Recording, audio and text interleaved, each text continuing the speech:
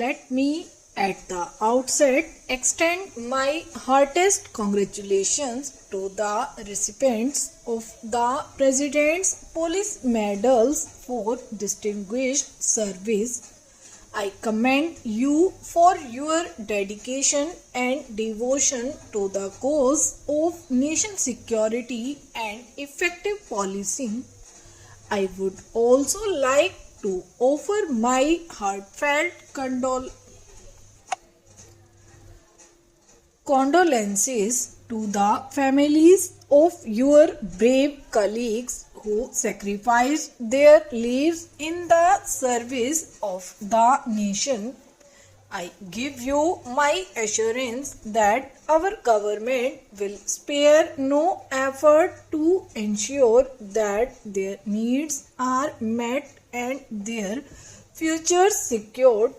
As I addresses you all here today, my mind goes back to some of the key issues I had raised in the same conference last year. I had spoken of the challenges facing the police forces today of equipping the police forces with the necessary material and intellectual resources to meet these challenges, of the need to generate professionalism, honesty, integrity and efficiency in the police, of the need to improve the public image of the police whereby a policeman can be seen as a friend of the people, of addressing the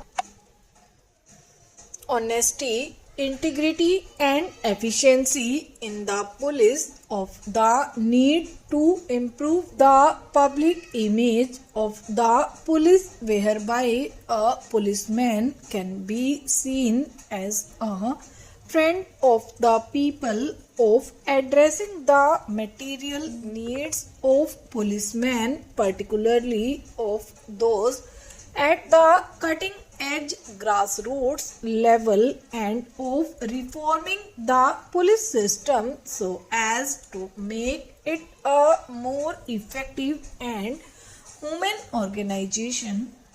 Periodic conferences like this are a good occasion to reflect on the progress made in achieving these goals.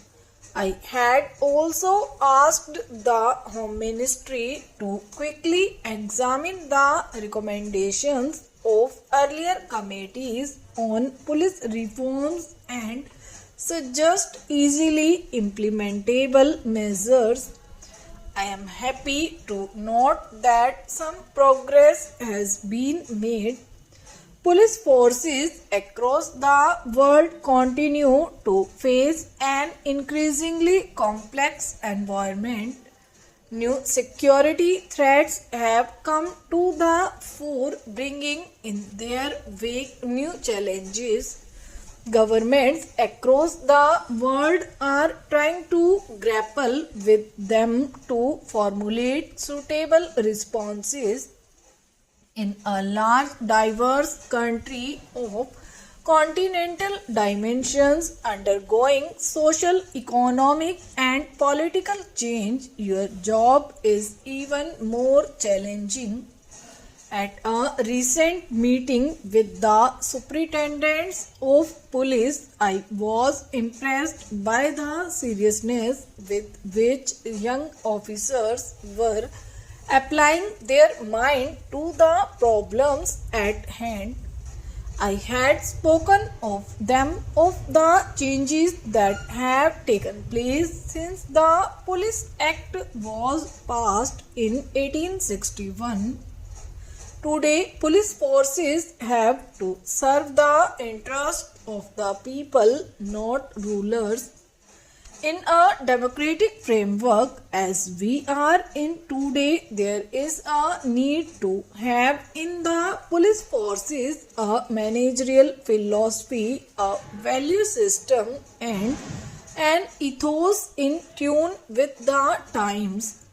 I had emphasized the need to ensure that police forces at all levels change from a feudal force to a democratic service. The spirit of public service, of respect for the rights of individuals, of being just and humane in one's actions must permeate the entire police force. I was impressed by the response of the young officers to the challenge I had outlined, and I am convinced that in them you have a group of officers who can transform policing in the country. They look up to you for professional leadership. You have to set an example to them so that they set an example to society. What are the key challenges facing the police force today? Clearly, the threat of terrorism and of organized crime are the two most important. But there are other challenges of equal importance to our people. The attacks on weaker sections, on Dalits, on minorities, and on women. Our police force must be equal to the task in dealing with each one of them. We need a combination of force and intelligence in dealing with each of these challenges. In dealing with social and gender-based violence, there must be compassion for the victim and firm resolve to deal with the perpetrator of the crime. I call upon you to devote particular attention to crimes against all vulnerable sections of society, such as members of the scheduled castes and scheduled tribes, women, children, and senior citizens. With economic progress, some of the fault lines in society have also become wide.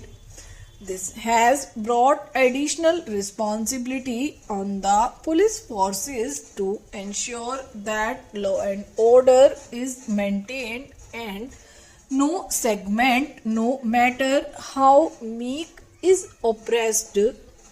It is true that on account of a variety of factors, the fruits of developments have not reached certain sections of the society. The government is committed to providing equal opportunity to every community and every section of the population. The police must also be viewed as a fair, efficient, and honest service. The people must have confidence in your professionalism while instilling fear in those breaching the law and threatening the security of the country. The police at the same time must be perceived as friends by the law-abiding common citizens. I have repeatedly said that no grievance, real or imaginary, can justify resort to terror, violence, or any other anti-social activity. Democracies provide legitimate means to express dissent, to